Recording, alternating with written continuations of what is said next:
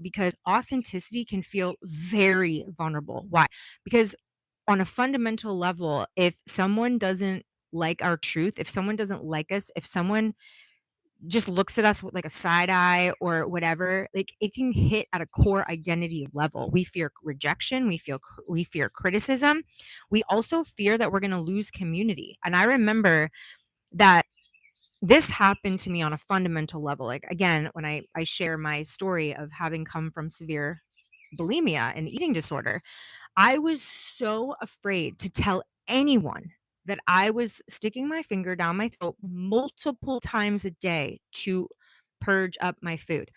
I was so afraid to tell anybody that. I thought that they were gonna run for the hills. I was gonna lose all my friends. "Ew, you're gross. Who does that? What kind of person are you? How self-centered are you? That's disgusting." And I wasn't gonna tell anybody about it. I was silently struggling. But what happened was is I got to a place where the thing I was the most afraid to say was the thing I needed to say the most. And finally, one day it came out of my mouth. It bubbled up.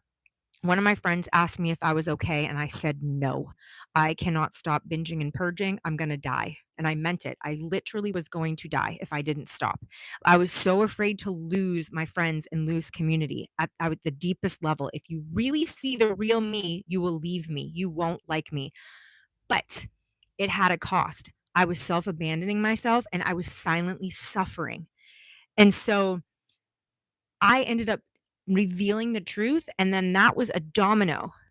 That started a domino of dominoes falling on top of each other. Basically, what I mean by that is the domino was the first, like, me saying something, and then it hit another domino, which was she told me about some help, and then the help told me about this, and then told me about that, and then before you know it, my life literally changed from that point forward, and that was 20 years ago, and I have not been suffering from an eating disorder since then. Like, I stopped binging and purging, I got into recovery, and I'm in a place now where with food that I never thought that I could get to, honestly. I never thought that I could be this person that just eats and doesn't restrict food and all of that. It's absolutely amazing.